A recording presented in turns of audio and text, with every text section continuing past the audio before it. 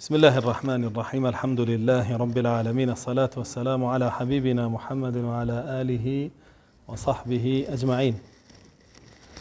طبعا من وابين مك إبليس قوري شيطان كان جنوكيه، والدجاليش قوري شيطان كان إنسا خوشي هروعه. چونك رسول الله صلى الله عليه وسلم فرمي: ما من فتنة صغيرة ولا كبيرة إلا صنعت لفتنة الدجال. فرمي هيج فتنة يقنية چند قورة بي چند بچوك بي إلا بشكل فتنة كان دجال بودرس كراو. حديثك صحيحة. فتنة جرونا يا فتنة دين يا فتنة دنيا، وهدف الدجال زياتر فتنة دينه أو فتناني الدنياش كتوشي خلقيك بو أويا لدينك بابي، يعني كتواليك زيناب كي بويا لدينك بدابي، كتواليك دزيب كي بويا لدينك بدابي، كتواليك قوانين كاني دين بشكياني ياسا كاني دين بشكياني هر كاميان ببويك لري دنيا وزفرت بيبري ولدينك بدا. و بش يقلو فتناني دجال لدينا كوبيت ولا قمرا كردني خلقيا بوي كشوين الريبازي قمرا كان هالقرن كيج رسول الله صلى الله عليه وسلم ما جي بيدا وكافرمي: لتتبعن سنن من كان قبلكم. فرمي بيقماني وشوين ريتشكي أمتكاني بيش خوتان هالقرن. جافر متكرر استخو فرمي أمتكاني بيش خوتان، يعني شي يعني أو خوتان لسر شيء حق بلام أو خوتان واز ليهن اش نسأل ويوان يترواز هنا أنا كيا كلية بالطواوية بيبوان يا جزئية لهندي اشتاو كوان ليه أو كلهندي اكشتاه وكوان اللي قربيته لبابي اعتقاد بيرو بوارع به أو باتو بشيكي شروشت به هموت روشتوه يتشد نماوتوه. چونك إنسان ديانتي بعقيدين راوسته كلا عقيدة شون ينكوتي طاوي تتويد تسر ديني وان. جافر مدكاجة فرمية لتتبعون أو لاما هندي قالين هي قسمة يعني وكوا بلي قسم با الله شون ينكون. هندي كي جفرمون أو لاما هي توكيدة يعني بيقومان شون ينكون قومان تان لو نبي ئێوە ڕێچکە و ڕێباز ئێوانی پێش خۆتان هەڵەگرن، پێش خۆشمان هەمووی گومڕاییە، چونکە ئەوەی ئێمە لەسەرین هیدایەتە. ئەگەر بچینەوە بۆ پێش خۆمان لەسەر گومڕاییە بین. الله جل جلاله ئاماژەی پێداوە: ولئن اتبعت أهواءهم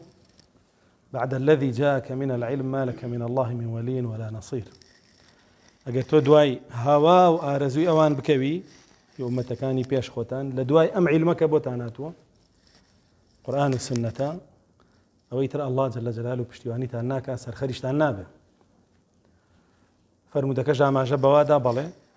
شوين هواء وعرزوي ريشككاني أمتكاني بيش خوانا كوين كالكوتاي فرمودكا ليه برسن كينا فرمي اليهود والنصارى قاوروا جولكا. للروايات كترى ليه برسن كينا فرمي الفارس والروم كفارس ئاماژەیە بۆ کافری وەثەنی و ڕۆمیش ئاماژەیە بۆ کافری کتابی کە یەهود و نەسارا هەردووکی داغڵیە بێ. دواترە فەرمێ شیبڕەن بشیبر شوێن کەوتنەکەمان چۆنە بۆیان. رسول الله صلى الله عليه وسلم وەصفیەکە ڕوونیەکاتەوە بز بەبست. بز بەبز یعنی لە بواری کۆمەڵایەتیە دوایانەکەون لە بواری پەروەردە، لە بواری ئیقتیسادا، لە بواری عەسکەریە، لە بواری با بڵێن بازرگانی و با بڵێن اقتصادا لە هەموو بوارەکانە، هەموو بوارەکانی ژیانیەوە بە شوێنیانەکەون لەسەر و هەمویانەوە بواری دینداریەتی. وەگەر دیقەتیش بین لە دینداریەتیە خەڵکێکی زۆر دوایان کەوتووە، چونکە خەڵکی بەنسبەت ئیسلامەوە سێ بەشن. بەشێک علمی بە ئیسلام هەیە تەطبیقیەکە، ئەو مسلمانی ڕاستەقینێ. بەشێک علمی بە ئیسلام هەیە و تەطبیقی ناکەوە شوێن یەهود کەوتو چونکە یەهود مەغضوب عەلەیهیم بۆ عرفوا الحق وعدلوا عنه حق ناسن و پێچەوانەکە یەکەن ئەوەی کە ئیسلام بە جوانیە ناسێ و ئیزانەیە بەڵام پێچەوانەکە یەکەوە شوێن یەهود کەوتووەتەوە و نەساڕاش کە گروپی دوا ئەون ئەتوانین بڵێن گروپی سێ من کە خۆیانە دەنە پاڵ ئیسلام بەبێ عیلم کردارەکەن تووشی ابتیداع بن بەهۆیەوە تووشی داهێنانە بن بەهۆیەوە کە گاورەکانی جوانان بێەوەی حەق بزانن بێەوەی زانستیان هەبێت لە خۆیانەوە کردارەکەن کەواتە ئێستا ئەمە ڕوون و ئاشکرایە لە ناو دایرەی موسڵمانانە سێ جۆر با بڵێن موسڵمان هەن موسڵمانێک کە بە عیلم و عەمەل موسڵمانە موسڵمانێک کە بەلای خۆیەوە بە عیلم موسڵمانە بەڵام بە عەمەل جوولەکەیە شوێنەوان کەوتووە و موسڵمانێکیش بە حسابی خۆی بە عەمەل موسڵمانە کەچی لە عیلمان شوێن نەسارا کەوتووە و هیچی پێ نییە لە دینەکە هیچ نازانێت ئیتر سەیری دەمی خەڵکیەکە ئەوەی پێی دین بێ ئەوە تەطبیقەکە زۆرینە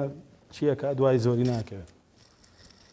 کە ئەوەش بۆ خۆی تیاچوونیەتی چونکە الله جل جلاله فەرمێ وإن تطع أكثر من في الأرض يضلوك عن سبيل الله گە تۆ دوای زۆرینە بکەوی لەسەر زەویە گومڕاتەکەن لە ڕێگای ڕاست لاتەدەن و بۆ خۆت تیاچی جا فەرمێ بز بە بز دوایانەکەون یعنی هیچیان لێ لە کیز نادەن ئەگەر بە نسبەت ئیمانەوە با بڵێن ئەم پێوەرە باس بکەین لە ڕووی جەستەییەوە هەموو ڕەفتار و خولق و خەلقێکتان و کۆوانی لێ خولق و خەلق گیان خولق ڕەوشتەکە خەلق شکڵ و شێواکە هەمووی وەکوان لێکن لە ڕووی گفتارەوە بەڕوونی بینین خەڵکێک ئەسڵەن قێزەکاتەوە لە زمانەکەی خۆشی چەند وشەیەک بۆ تۆڵێ ئەبێت 4-5 وشەیەوانی تێخە و باشی زانێ بە سەقافەتی زانێ ئەو بابەتانەیە زانێ ئەوە جگەلەوەی شێوازی قسەکردنیان هەمووی بۆ بە تەمثیلی و لە فیلم و هەڵقەکانیەوانە وەریانگرتۆر و کوانەکە و شێوازی قسەکردنیان هەروەکو ئەوان چۆن نیفاقیانە کرد لە سەردەمی ڕەسوڵ الله صلی الله علیه وسلم هەر بە هەمان شێواوە نیفاقەکەن لە ئێستاشە و لە ڕووی دڵ و دەرونیشەوە بە هەمان شێوە بە شوێنەوان کەوتی ئەگەر تەماشایان بکەی بیرکردنەوەی اعتیقاد و بیر و باوەڕیان و کوانی لێ هاتووە کە بەڕاستی کۆمەلگای یەهود و نەسارا ئێستا پڕە لە کوفر و شیرک و خوڕافیات ئەگەر تەماشا بکەی لە هەندێک لە وڵاتە ئەوروپیەکانە ینی کە وڵاتی زۆر بە حساب پێشکەوتوشن داریان هەیە بە حساب ئەم دارە دارێکە بۆ ئەوەی کە ئەگەر بێت و تۆ لە ژێر یابی ئاواتەکانەیەتە بوون ئەگەر بتوانی گەڵایەکی لێبەری و بیخیتە نازامشەوە ئاواتەکانێتە بوون و ڕوونیشە پردیانەیە قوفڵێکی پێوە بکە و دنکەکە و بەراوی ترەوە لە یەک جیان نابنەوە و قوفڵە بن بە یەکەوە ئەمە خۆمی خوڕافیاتە کەسیش نییە باسی بکە و بڵێمانە هەمووی خوڕافیاتە پێیان بڵێەوە دواکەوتون ئەوە دوای خوڕافیات کەوتون بەڵام کاتێک کە مسلمانان هەموو کاروباری خۆیان هێنە دەست الله جل جلاله خەڵگەڵەیە ئەمان دوای خوڕافیات کەوتون طبعا خەڵکی ملحید و کافر و بێدین جا فەرمێ وذراعا بذراع بز بە بست و باڵ بە باڵ شوێنیانەکەونیەوە و گومانیشتان نەبێت لەوەی کە شوێنیانەکەون شوێنکەوتنەکە ئەگاتە حەدێک ئەگەر شتێک ئەوان ئەنجامی بدەن و لە سەریان بکەوێ ناڕەحەت بن بەهۆیەوە تۆش ئامادەی هەمان ناڕەحەتی تاقیکەیتەوە و هەمان بار بخەیتە سەر شانی خۆت بەڵام هەر بەدوایوانەوە بی دەستی لێبەر نی کا فەرمێ حتا لەو دەخەلوا جوحر ضب لدەخەلتموه تەنان دەگەر بێت و خۆیان بکەن بە کونی بزنمژەیە ئێوە ئەچنە ناوی جا کونی بزنمژە تەسکە هەر خۆی پێچێ بەقەر سەری خۆیە بڕێنێ حتا کە خۆش یەچێتە ناوە قاچەکانی کۆکاتەوەی خاتە ناو سکی خۆی وەکە ئەچێتە ناویشەوە ناتوانێت لە ناویان بسوڕێتەوە و دیسان ڕووبکاتە پێشەوە بێتە دەرەوە پاشەو پاش دێتەوە دەرەوە جاری واژەیەکی کێ قرتێتیان گوێژ نایەت و پێچاوپێکی زۆرتیان یعنی ئەو بزنمژەیە چەند بە ناڕەحەتی بەو کونایە ڕوا چەند تووشی ناڕەحەتیە بێ و بە ڕێبازی خۆی یەزانێ ئەوەی مسلمانان ئاوا گەر بێت و ڕێبازی یەهود و نەسارا ئاوا تووشی ناڕەحەتیشتان کە هەردوایەکەون هەر شوێنیانەکەون جا بۆیە بەڕاستی ڕووی داوە لە دوای ساڵی با بڵێن بە زۆری 200ەوە تەوژمێکی فکری هاتووەتە ناو مسلمانان لە یەهود و نەسارا وەرگیراوە و ئەوانەشی کە ئەسڵەن وەرگێڕ بوون تایە و متەرجیم بوون تایە یەهودی و نەسڕانی بوون تەوژمێکی فکریان هێناوەتە ناو مسلمانان ئەمڕۆ بەناو مسلمانەکان هەندێکیان بە یەکێک لە زانستەکانی ئیسلام تەماشایەکەن و پێڵێن عیلمی کەلام و خەڵکێکی زۆریش لە کۆن و نوێیە بەردەوام بە دوای کەوتۆ و دەستی داوەتێ و هەوڵی داوە فێری بێ کە لە کاتێکە هەموو ئیمامە گەورەکانی ئیسلام ذەمیان کردووە بە گومڕاییان لە قەڵەمداوە بە تیاچوونیان لە قەڵەمداوە پێش هەمویان ئیمامی شافعی کە قورسترین قسەی هەیە لەسەر ئەو علمە کە بەڕاستی خۆی لە ئەسڵا علمی جاهلبوونی ئینسانە و علمی تیاچوونی ئینسانە و ئەمان ناویان لێناوە علمی کەلام ئەمڕۆ ئینشاءڵڵا لەم فیتنانەی دەجالە باسی فیتنەی علمی کەلامەکەین بە کورتی و بە ئاسانی چونکە بەڕاستی خۆی ئەو بابەتە خۆی بابەتێکی قورسە سەختە بۆ مێشک ئەگەر ئینسان با بڵێن خۆی شتێک نەزانێت لەبارەیەوە یاخود خوێندنەوەی نەبوو بێ لەبارەیەوە ناتوانێت لی تێبگا بەڵام کۆمەڵێک قەواعید و بنەمای تیا باسەکەین کەواد لێکە بیناسیتەوە خۆتی لێ پارێزی پێش هەموو شتێ علمی کەلام چییە وأهل كلام شيئا أهل كلام علماء فرمون هم الفرقة التي تستخدم علم الكلام لإثبات العقائد الدينية والدفاع عنها أفرمون بريتين لو جروباني كهول أدن أم زانستي كلاما كزانستي جدال ومناقشة مناقشة ودمدمي وبربركاني هر خوي بناوكي بخوي ويتي بلا ما أنا وين إما كلام ما بس ما في حكمة وبابتانية بزوانية كاروي تنابيوا هر قيل وقال وهر جدال هيك ترنيه مناقشة دمدمي وبربركاني يكتريها هر يكو هول أدا فكري خوي بسبب يعني بس لا بيتره لڕێی مناقەشە و قسەزانی و زمان پاراویەوە ئەگەر پوختی کەیتەوە ئەوەیە کە ڕەسوڵ الله صلی الله عليه وسلم هۆشداری لەبارەیەوە داوە أخوف ما أخاف على أمتي منافق عليم اللسان ئەوەی من زۆر لێ ترسم لەسەر ئومەتەکەم کە چییە کێیە منافقێکە علیم اللسان بێ زمانی بجوڵێنێ بە عیلم پاراو بێ بتوانێت خەڵکی پێ لاڕێ بکە و خەڵکی پێ گومڕا بکە بۆی هەر خۆیان تەبیعەتیان وایە ئەتیادیەمانە کامیان زمان پاراوتر بێ لەناو خۆشیانە ئەگەر ڕاشیان یەک بێ ئەو ڕەسیان بێ گەورەیان بێ ئەگەر لەگەڵ بەرامبەریش بێ ئەو براوە بێ و بە شوێنەویان بکەون و ئەمانە بۆچی ئەم کەلامە بەکارهێنن بۆ جێگیرکردنی اعتقاد و بیرروباوەڕی خۆیان بۆ چەسپاندنی فکری خۆیان بەسەر تۆیە بە ناوی ئیسلامەوە جاری وا هەیە لە هەندێک بابەتی ئیسلامە بەڵێ وایە ئەوەی ئیسلامە لە هەندێکی تریشە لە 100 پێچوانی ئیسلامە ئەیەوێ بیسەلمێنێ بەسەر تۆیە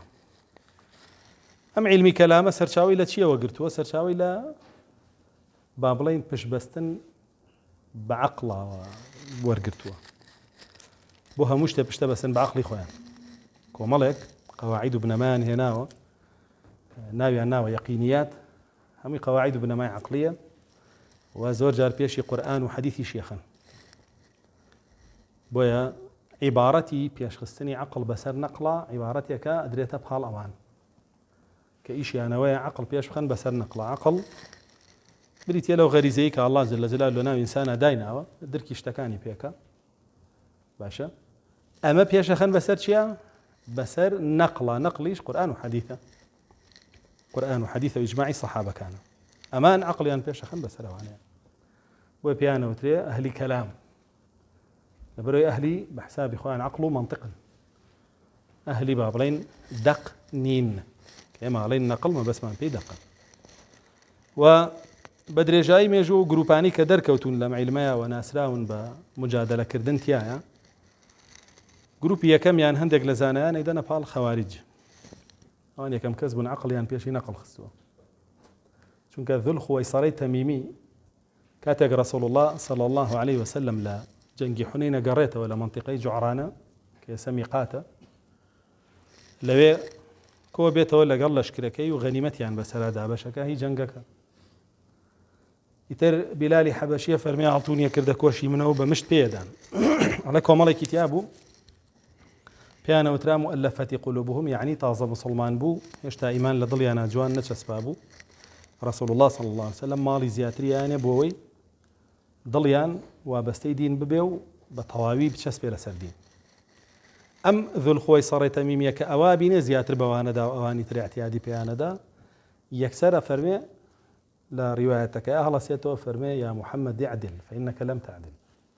أي محمد عدل به تعدل نبوي رسول الله صلى الله عليه وسلم شيء كردار وقفتار ورفتاري نقلة وحية أم بتشي رخني ليقري وعقل الله يوي من بينيم تعدل نبوي جاقر لروي عقله ليكي بيته واكا أما أنا مسلمانان يكن شان صالة لقالي عن جهادك وأنا دويني مسلمان بون زوري أبو عن كما يابا أجر آوا بعقلك الركج ليكي بيته على حق به أو يكم كسبوا عقلي بيشخص بسر نقلا وواقعي ظاهري بابتكش لخوي يقرأ كي شيء علمي كلام كخلقي بها لخلطيه وهي ظاهركي أو اشتل خوي يقرأ جاري وهي أو أبو رسول الله صلى الله عليه وسلم فرمي ويحك إن لم أعدل أنا فمن يعدل أجر من عدل نبم كي عادله وهو لا بوتو ويقال ليكي بيته ولا سيريكي تروا رسول الله صلى الله عليه وسلم لروي مصلحة دينك وبري عدل بو كمان طاو جيجير بون لدينك وان بيسان بجيجير كردني سوا عدل يانا كاوان جيجير بك وعدل كاوان جيجير بكاد لسر دينك او بري عدل اماني كطاو جيجير بون همش تيكي الناسي وقبول يان كردو دواي كوتون بلا موان هشتا جيجير نبون هروكو بوت شون يسبرين لمجلس يك داني شي كومل برادري قديمي تيا داني تيا تازه هاتو تو مجلس تو حزكي گرنگی پێ بدەیت و زیاتر جێگیریکەی لەگەڵ خۆتا و زیاتر لەگەڵ ئەوە قساکەیت و ڕووی مۆزوعەکەیتە ئەو بۆی وردە بە تەواوی بکەی بە یەکێ لە خۆت ئەمە شتێکی طبیعیە لەو ماڵدا بەشکردنەشا طبیعیە ئەنجامە قورئانیشی لەسەرە مؤلفەتی قلوبهم یەکێکە لەوانەی کە ماڵی زەکاتیان پێدرێ ئەسڵەن نەک ماڵی غەنیمەتیش بۆ چیشە بۆ مەسلحەتی دینەکەیە کەواتە ڕەسوڵ الله صلی الله علیه وسلم ئەو کرداری لە مەسلحەتی دین بوو کە لە مەسلحەتی دینیش بۆ پەڕی عەدل بوو بەڵام ئەم کە بەعقڵێکیایەوە عقلێکی ظاهر ڕووکەش نەیتوانی حەلی بکا و ڕەخنەی خۆی گرت لەو ڕۆژەوە هەتا وەکو ئەمڕۆ چ ڕەخنەیەکی عقلی لە دین ئەگیرێ لەسەر ئەو بنەمایە هەر هەمووی ئەو بنەمایەش خۆی لە ئەساسا کێ دایناوە شەیطان شەیطانیش عینەن شت هاو بەراوردێکی عقلی کرد لە ئاسمان تیانە خەیڕ منه خەلەقتەنی من نار وخەلەقتەهو من طین من باشترم لەو کاکە من لە ئاگر دروست کراوە من لە خۆڵ دروست کراوە بۆ سوژدەی بۆ بەرم ئێستا تۆش هەر بەعقڵێکی ظاهیراوە بیری لێ بکەرەوە شەیطان ڕاستەکەیانە ئەوە لە قوڕ دروست کراوە لە ئاگر دروست کراوە کامیان باشتر تۆ یەکسەر فتواکەی شەیطان بێ بۆیە فتوای عقلی عادەتەن ئەو بنەماکەی شەیطانیەوە بنەماکەی کەلامیە فکریە فاشیلە باشە بەڵام کە ئەگەر بیرەکەیتەوە لەولاوەڵێ ئێمە ئادەم الله جل جلاله بەچی دەست دروستی کردووە بە دەستی خۆی خلقت بيدي أي إبليس بچی كن فيكون كواتا مادەکە گرنگ نییە بە تەنها ئەسڵی خیلقەتەکەش گرنگە ئەو شتانەی الله جل جلاله بە دەستی خۆی خەڵقی کردوون تایبەتمەندیان زیاترە بەسەر هەمووانەی ترە وەکو بەهەشتی عەدەن وەکو عەرشیش کە هاتووە لە ئاثارە بۆیە ئەگەر بێت و ئەوە عادەتەن بە ڕووکەشی عەقلی ظاهری بڕیار بدەی تووشی ئەو فیتنەی شەیطانە بی تووشی ئەو فیتنەی ذو الخوەیسەرە بی و پێش ذو الخوەیسەرەش یەهود وای کردووە و نەسارا وای کردووە ناچمە ناو بابەتانە بە دوور درێژی بەڵام ئەوانیش وایان کردووە ئەوە بوو رسول الله صلى الله عليه وسلم فەرمووی ئێوە من بە ئەمین نازانن لە بەشێک لە ماڵی دنیایە لە کاتێکە الله جل جلاله منی بە ئەمین زانی و دینەکەتانی داوەتە دەست من وای پێ فەرموو رسول الله صلى الله عليه وسلم خالد هەسایەوە ئیمامی عومەرە ساوتیان بابی کوژین فەرمووی لێیگەڕێن ئەمە هەرەمێنن بە کوشتنی ئەمە کۆتایی نایە لێیگەڕێن ئەمە هەرەمێنن و درێژەیانە بێ بەردەوام بن لە دوای خەواریج بە هەمان شێوە شیعە دووەم گروپ بوون کە ئەوانیش هەر قیاساتی عەقلیان بەکارهێنا لە ئالوبەیتی رسول الله صلى الله عليه وسلم وتیان نەسەمەی رسول الله صلى الله عليه وسلم مبارەکە و پیرۆزە بۆیە بێ خلافەت و ویلایەت هەر بۆ ئەوان بێ ئەسان دوانزەی مامیان لە نەوەکانی عەلی کوڕی ئەبی طالب دیاری کرد و ڕەفضی خلافەتی ئەبوو بەکر و عومەر و عوسمانیان کردەوە تەکفیری سەحابەیان کرد لەسەرەوە بابەتە و تەکفیری خولەفایان کرد و قسەیان پێ ئەویش لە ڕووی عەقڵەوە نەسلی رسول الله صلى الله عليه وسلم ئالوبەیت مبارەکە بەڵامی تر لە ڕووی نەقلیشەوە الله جل جلاله لقرآن أبو بكر بصاحبنا وبردوا رسول الله صلى الله عليه وسلم خوي بچەندین ئاماژە و بەچەندین وتەی سەراحەتی خۆی کە باسمان کردووە لە جێگای ترا ئەوانی دیاری کردووە بەڵامی ترەوان گویان بە نەقڵەکان نیا و دوای عەقڵی خۆیان کەوتن و ئەو پیرۆزی نەسەمەیان پێش خست لەوە چوون بۆەوەش تەنانەت بڵێن ئەبوو تالیبیش مسلمان بوو باوکدایکی پێغەمبەری صلی الله علیه و سلم مسلمان بوو لە بەرەی ناگونجاوانە کافر بوو بن و لە ڕووی عەقڵەوە ڕێی تێ ناچێ و چۆنە بە پێغەمبەرێ لە کەسانێکی کافر لەدایک بێی اینجا وتیانە ئیبراهیم چی لێکەن خۆیش باوکی کافر بوو یا ئەبەتی یا ئەبەتی ناڵێەوە باوکی نەبووە مامی بووە باوکی مسلمان بوو ئەوای عەقڵ وایە وردە وردەوات لێکاتەوە لە قورئانیش بەی لە حەدیث بەی هیچ شتێ وەرنەگری کە ئەگەر بێت و بە قیاساتی عەقلیشت لێک بێتەوە گومڕایی ئەمڕۆی خەڵک هەموویەوەیە هەر زۆر شتی کە پێڵەی لە دەقی قورئان لە دەقی حەدیث ئەو پێتەڵێجی معقول نییە يمجلين النصوص تأتي بمحارات العقول ولا تأتي بمحالاتها دقكاني شرع شتانقين عقل سر سامكن دوش داب من الآسيا بلام شتانقنا الله ناهي انك مستحيل به الله جل جلاله خالقي عقله دروسكري عقله آشتيكي دابزان وتسريتيكي با نازانا شي دابزان وتسري شتي خراب دابزان وتسري گومان شتێکی باشی دابەزانێتە سەری و بۆ پارێزراوە بێ بۆیە هەر لە دینیە مە ئەگەر بێت و عەقڵەکەت لە دەستدات تۆ تەکلیفە لەسەر نییە ئەسڵەن جا بۆیە لە دوای خەوارج شیعە بوو دوا ئەوانیش قەدەریەکان بوون دوا ئەوانیش مرجئەکان بوون دوا ئەوانیش جەهمیەکان بوون دوای جەهمیەکان جەبریەکان و معتەزیلەکان بوون دوای معتەزیلەکان کولابیەکان هاتن دوای کولابیەکان ئەشاعیرە و ماتوریدی هاتن کە ئەشاعیرە و ماتوریدی خۆیان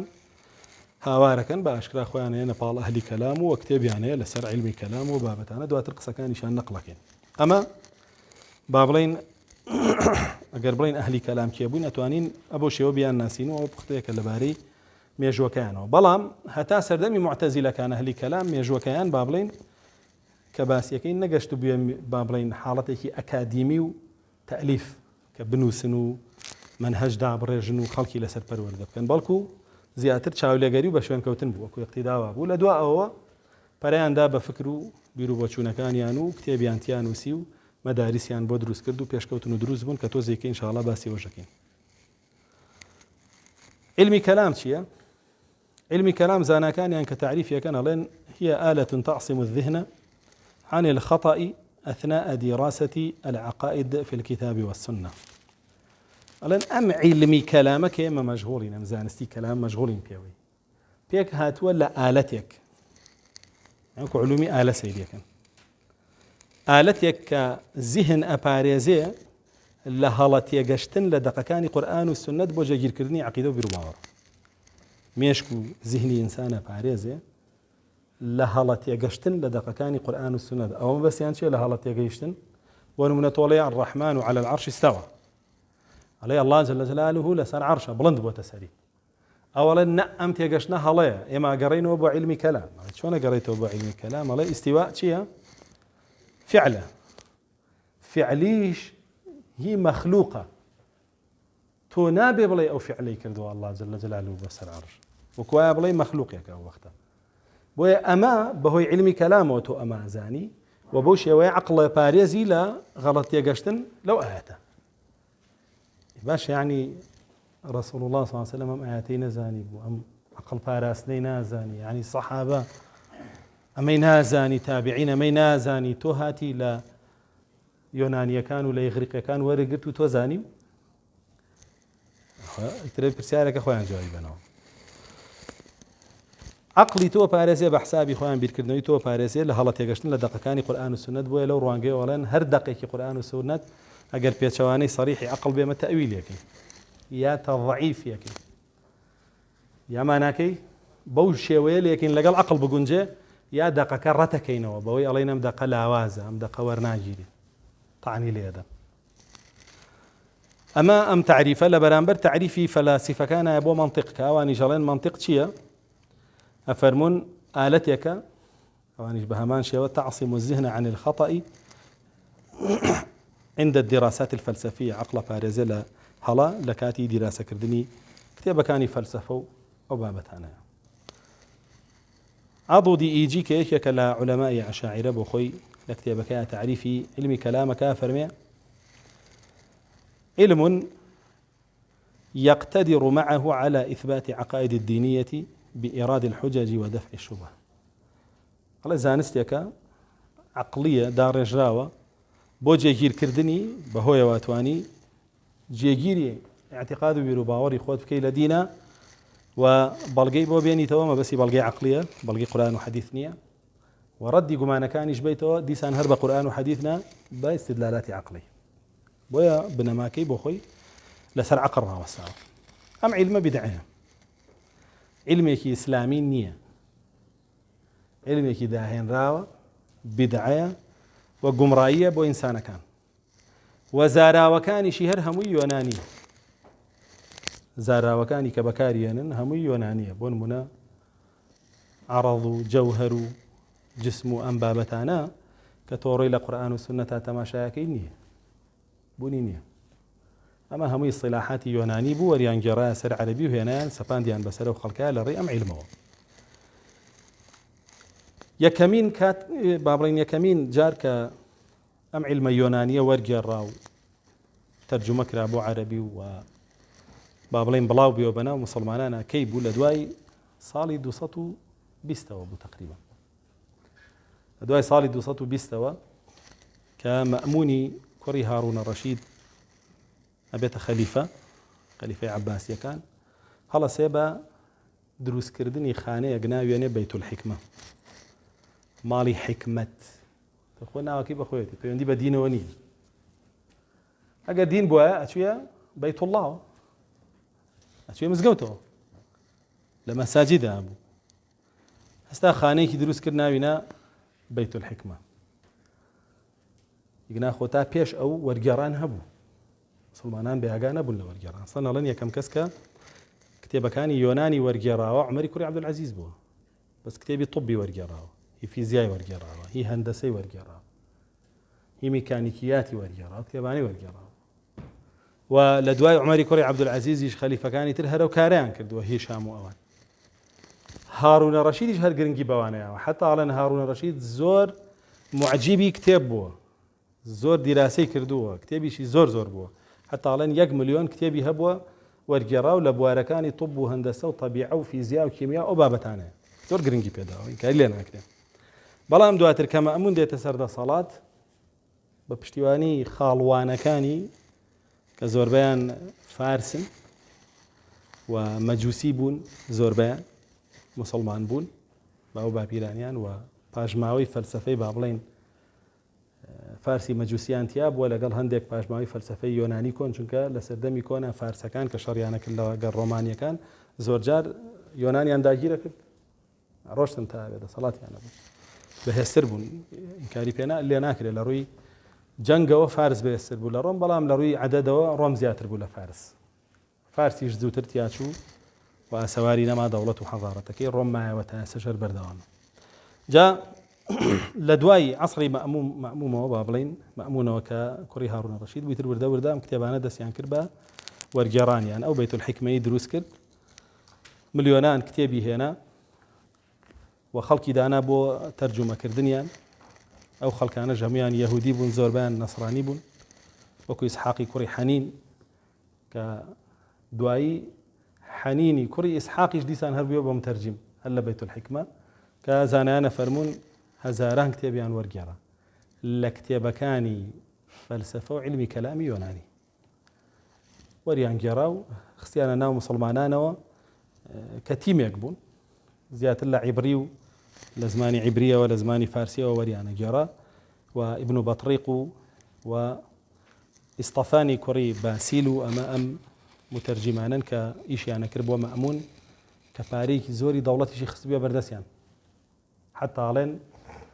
ئەم متەرجمانەی مەأمون کاتێک کە کتێبێکیان وەرەگێڕا بەقەر بارستایی کتێبەکە ئاڵتوونیان پێدرا بۆ ئەوانیش یەهود و نەسارا بە تەبیعەت حەزیان لە پارەیە حەزیان لە ئاڵتوونە زۆرترین کتێبیان وەرەگێڕا بۆی زۆرترین پارە وەرگرن حتا ئەڵێ گەڕەکێکی تایبەتی بۆ دروستکردن هەمووی کۆشک ڕازاندیەوە کامل ئەساس هەر یەکەشیان 15-20 کەنیزەکی دانێ بە ماڵ و مناڵەوە هێنانی لەوێ نیشتەجێی کردن و دیەوە بەس بخۆن و بخەون و وەرگێڕن شەکەتانەوە بێ وەیت لەو سەردەمەشە بە تایبەت لە سەردەمی دوای خۆیە متەوەکل یا واثق ئەو زە متەوەکلە ئەوە بە تەواوی تر هەوڵەدا علمی کەلام بەرێتە ناو مزگەوتەکانی شەو چونکە خۆی یەکێ بێ لەوانەی کە دیراسەیەکە و فێری ئەبێ و وەتیایە دەستێکی باڵایە بێ دوای ماوەیەک کۆمەڵێک متەرجمی هیندی ژێرن وەکو ئیبن ذهنی هیندی لەگەڵ با بڵێن ئیبن الوحشی پێڵەن شتێکی لەو بابەتەیە ناوەکەی کاویژێکی ترە لە متەرجمە هیندیەکانیان هێن دەسەکەن بە وەرگێڕانی با بڵێن کتێبە سانسکریتیەکان و فەرسەفەی هیندی و علمی کەلامی هیندی ئەویش وردە هێنە ناو ئیسلام بۆی دوای گروپەکانی با بڵێن بەناو تەسەوفی بیدعی دروستە بن کە پێشەوە تەسەوفی سونی هەیە و شتێکی چاکە بەڵام دواو تەسەوفی بیدعی دروستە بێت و وای لێ بێ بە تەسەوفی شیرکی وەکۆی تەواو هندۆسیەکان و بوزیەکانی لە دێ بڵاو بێتەوە بەناو خەڵکە ئەوەش هەر سەرچاوەکەی لەوێوەیە ئەم کابرایە مەئمون بە معنای کەلیمە فیتنە بوو بۆ مسلمانان و بۆ ئیسلامیش بۆیە زۆرێک لە ئیمامە گەورەکانی ئیسلام لعنەتیان لێ کرد و ئیمامی ئەحمەدیش ڕوون و ئاشکرایە کافریەکە دوای مدەتێک کتێبانێکی زۆر وەرەگێڕێ بڵاوە کرێتەوە لە عالەمی ئیسلامیە ئەو کتێبانی کە بڵێن لەناو بازنەی دایرەی دەوڵەتی ئیسلامیە هەیە مدەتێک نابە مەئمون داواکە لە ڕئیسی قوبڕس لەگەڵ ڕئیسی سەقلیە کە دوو وڵاتی ڕۆمن بەدەست گاورەکانەوەیە هەرچی کتێبێکی فەلسەفە و کەلامیان لایە بۆیان بنێرن حتاڵێن وتی بە یەهود و نەساڕای بەردەستی خۆی لە بریەوەی جزیە بدەن ئەگەر کتێبی کەلامیتان لای ئەوە نەمان بۆ بێن لە بری جزیە وەریەگرین جا هاتووە لە ڕیواتەکان ئەو ئیبن کەثیرەی هێنێ لە بیدایە و نیهایە فەرمێ والی سەقەڵیە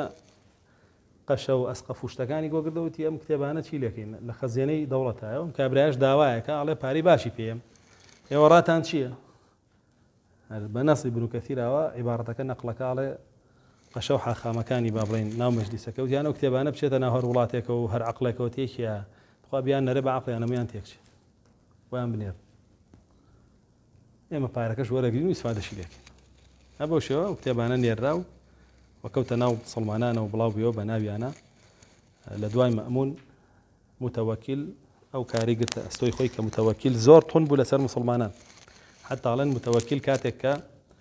دیلگۆڕینەوەشی ئەکرد لەگەڵ ڕۆمەکان کە لە سەردەمی ئەوە فتوحاتی ئیسلامی وەستەی تر شەڕ نامێنێ لەگەڵ کافر دیل یەگۆڕیەوە لەگەڵ ڕۆمیەکانەڵێ ئەو دیلانەی کە وەریەگرنەوە لە ڕۆمەکان لی بپرسن ئەگەر وتی قورئان مەخلوقە ئەنجا وەریگرنەوە بە مسڵمانی بزان ئەگەر وتی قورئان مەخلوق نییە بە کافری بزان و بێنەوە دەزەوان و بڵێنەوە دیلە ئازاد ناکەین ئیمامەکانی مسلمانانیان ئەگەر بە هەموو شێوەیە زۆرێک لە ئیمامە گەورەکانی ئیسلام لە سژنەکانی ئەم متەوەکیلەیان مردن ئەرە ئەم متەوەکیلەش بوو ئیمامی ئەحمەدی جەڵد کرد 18 مانگێشتیەوە لای خۆی هەموو ڕۆژێک 100 جەڵدی لێیە لاندە ڕیوایەتی هاتووە هەموو هەفتەیە 100 جەڵدی لێیە حەزەتێکی چاکی کردەوە بوو دواتر کە ئازادیشی کرد لە ژێرزەختێکی زۆرە لە ماڵەکەی خۆیان بەدەست بەسەری هێشتیەوە ئەم کابرایە بە هەمان شێوە کۆمەڵێک با بڵێن متەرجیمی تر لە یەهود و نەسارا لە خۆی کۆکاتەوە وەکو بەڵقاسمی کوڕی عەبدوڵڵا کە ئەمە وەزیریشی بوو زۆر پشتی پێبەست و زۆرێکی تر لە با بڵێن متەرجیمەکانی یەهود وەکو قەسطابی کوڕی لۆقا کە لە ئەسڵا یۆنانی بوو یەهودیەوێ بوو و یوحەنای کوڕی ماسەوەی کە ئەوە فارس بوو یەهودی فارس بوو و دەستیان کرد بە وەرگێڕانی کتێبەکانی بەطلیمۆس و کتێبەکانی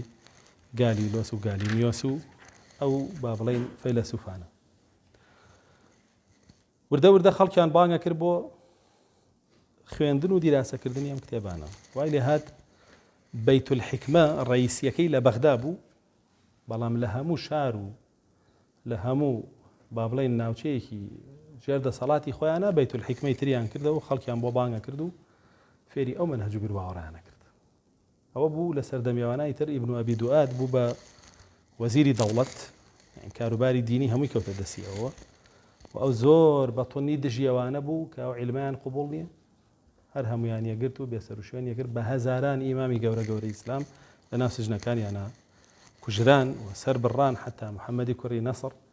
كيك يبو مكان شافعية كقرتي ابن أبي دؤاد بردي بولاي متوكل لهيبتي علمك نيويز بيكوجا أو تي بيكوجا خوانك لسر من هو متوكل كشتي لو أنا إمامي بوطيك تلبي إمامي شافعي بو هر هنا لمصر بكوتو بنت كلا يولي الناس سجنوا كشافعي رضا رحمة الله إلا بفي فرموي أنت تمود في الحديد تؤمري ولا ناو كوتو زنجيراي هل لناو كوتو زنجيرك لا سجن كامر وإمامي صابوني أبي عثمان كاويج لخراسان وهنان بوشيو بروي جوابنا أدانا وزوري كتل إمام جورا كان كلا سردمي أو توشي فتنة بن لعنتي الله إليه حتى هيك بإمام أحمد فرمو آية بيمان خوش بيه كاتك ابن أبي دؤاد وان بلا مصيبتي أن توشبه يعني فرمون شون أبي بيتان خوش نبه ككافر ومشرك بلا مصيبتي توشبه يعني بيتان خوش بفرمون وتيان هيك قال تلبكاني ابن مبارك ابن مبارك فرمي عبد الله كريم مبارك فرمي دعاء زورة كم لجهمية كان حتى أترسم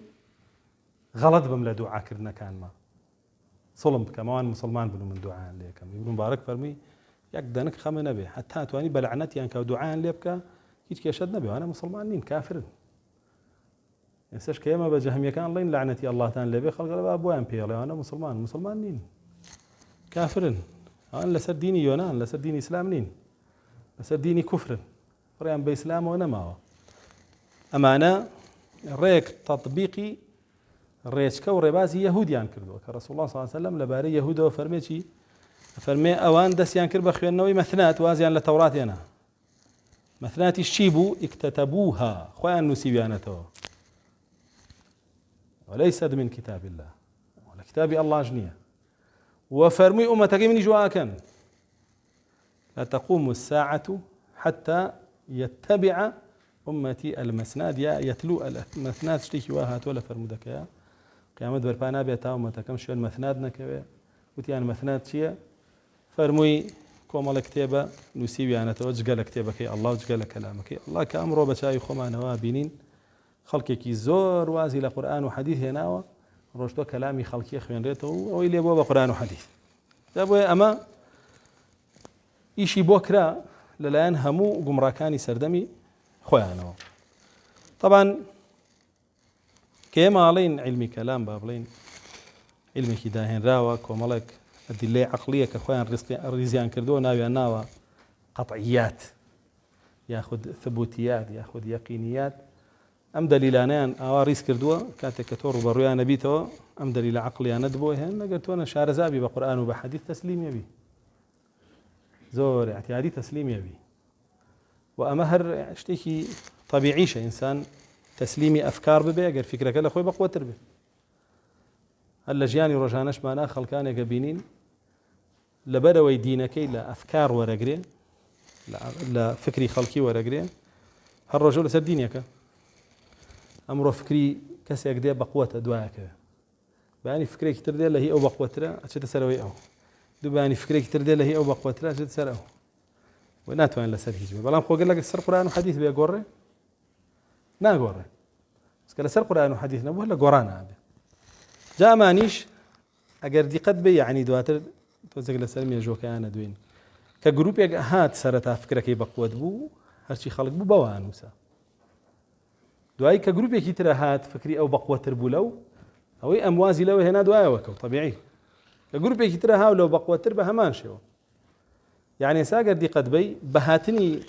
معتزلة كان سيركي جهمية كان كجانو نما سيركي بهاتني كلابية كان معتزلة كان كجانو نما بهاتني أشاعر وما تريد كان سيركي كلابية كان كجانو نما لبروي آواء تا فكري بقوة تربه خلق دعاي بقوة تركا كيف كدعاي بقوة تركا كود وردور داويتر لاواز بيو كوتش بيتو تانا منه يقنا أهلي كلام بدرجة ميجوان أهلي تأليفون مسيلي أنزور بو ورجراني أنزور بو حتى إمامي معتزلي هي يرن هزار دا نكتب نسيوه هزار دا نكتب نسيوه إمامي زور قوريان هب ولا باب تانا وين كاري لنا كده ويقر بيتو تو دواي أفكار كوي دواي بيرو باور كوي هي خلق وبراسي قد ناتواني لسر إسلامي وناتواني لسر أصلا بيرو باوري كيش بي كاما بقوترها ودوايا وكوي طبعا خوارج يكم جار كدروز بون وكباس ماكر جماعتي ذو الخويصرة رسول الله أما جيدا بويكا أمانا فيا بنو دينو بلام إمام علي لناوي أنبا